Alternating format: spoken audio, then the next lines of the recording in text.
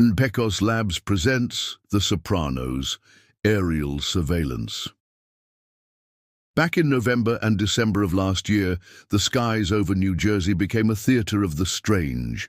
Reports started trickling in, lights, swarms, formations, drone-like objects appearing over critical infrastructure and military facilities. At first, it looked like just another incursion of off-the-shelf UAVs, until the story got weirder. Despite multiple sightings, despite radar data and confirmed visual tracking, officials offered little in the way of explanation. When the Pentagon finally addressed the matter, its answer was contradictory. These objects were, in its words, non-threatening, but they also didn't know who was behind them. How do you square that circle? How can something be non-threatening if you don't even know what it is or who sent it? That contradiction was at the heart of my previous Substack piece, Flying Elephants. In it, I proposed that the real reason behind the military's reticence, the real reason it would rather look foolish than admit the truth, was because the truth was unpalatable. Not because it involved some new foreign adversary, but because it potentially involved something no agency, military or otherwise, was equipped to explain. When the incoming Trump administration adopted a new line, that the drones were part of a Federal Aviation Administration test that only added to the confusion. If true, it would mean the FAA was running tests the military hadn't been informed of, which in the wake of 2023's Chinese balloon scandal beggared belief. It felt like a cover story designed to smooth over panic. And here's where things get really interesting.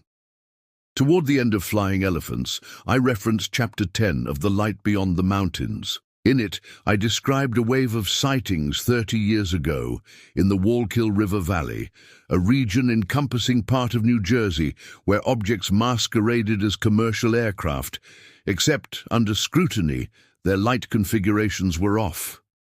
Navigation patterns didn't match known aviation standards. There was a sense of mimicry, but mimicry that was imperfect.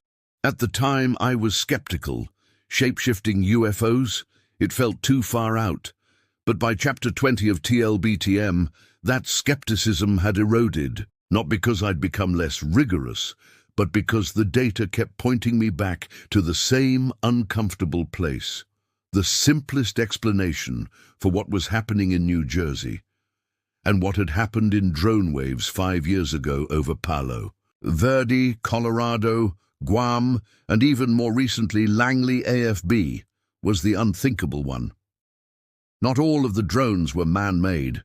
Some were exhibiting what I call deception traits, the ability to mimic, to adapt, to camouflage within the expectations of the observer. Shape-shifting, in other words, not in a fairy tale sense, but in a perceptual, phenomenological one.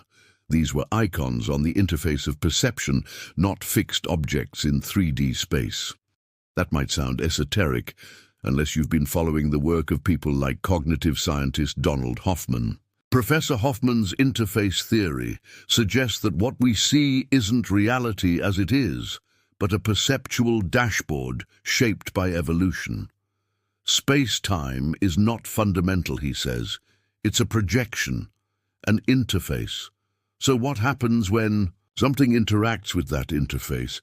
Something conscious, intelligent, and, dare I say it, non-human. You seem to get phenomena that appear to mutate on contact, things that mirror expectation, things that present as drones, because that's what we're culturally prepared to see. But that's not what they are. Which brings me to the remote viewing session conducted by Daz Smith and his Hellfire group, an elite team of viewers trained in the same protocol lineage that once formed part of the US military's psychic spying program. They were blind to the target coordinates, unaware of the New Jersey flap, but what they perceived was astonishing. Daz and his colleagues described an object that did not fly in, but appeared. It emerged from a portal, something like a tear, in the fabric of space-time. There was a flash of light, an energetic surge, and then presence. The object itself, as portrayed, was alive. not in a metaphorical sense, but literally. It was described as an organic form of technology, self-aware, data-gathering, and communicative. Some viewers sensed it was part of a hive or cluster, linked to a distant, perhaps non-local origin. A city was referenced by one, a dense, intelligent civilization of light and frequency.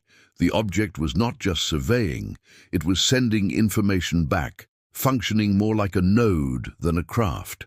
One of the most striking things to emerge from Daz's session related to me in a follow-up conversation was the nature of the light he saw accompanying the object's emergence.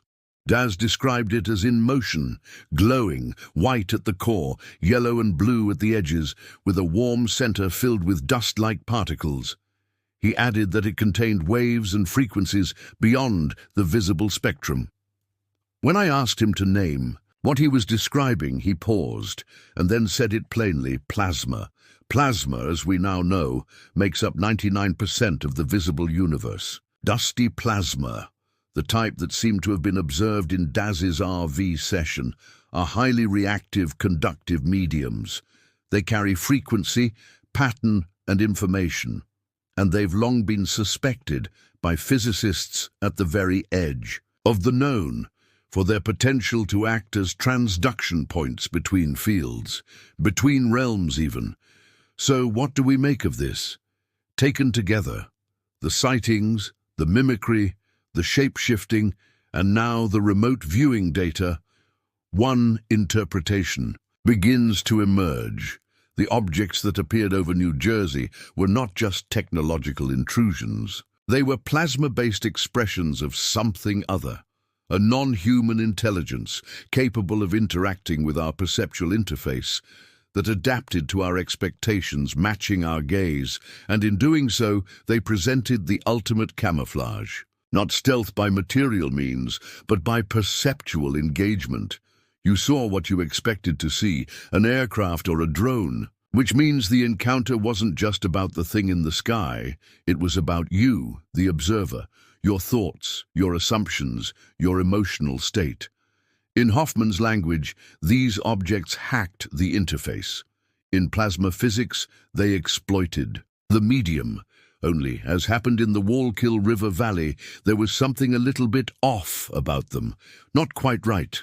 A result of a translation error, perhaps. Or maybe because they weren't from here, but somewhere quite else, which perhaps explains why many locals described having felt spooked by them, all of which leaves us with a haunting possibility that some intelligence out there doesn't need to break into our world with force. It simply appears as what we're ready to see. Flying elephants indeed, and maybe, just maybe, the sky isn't the only thing that's morphing. Maybe our collective consciousness is too.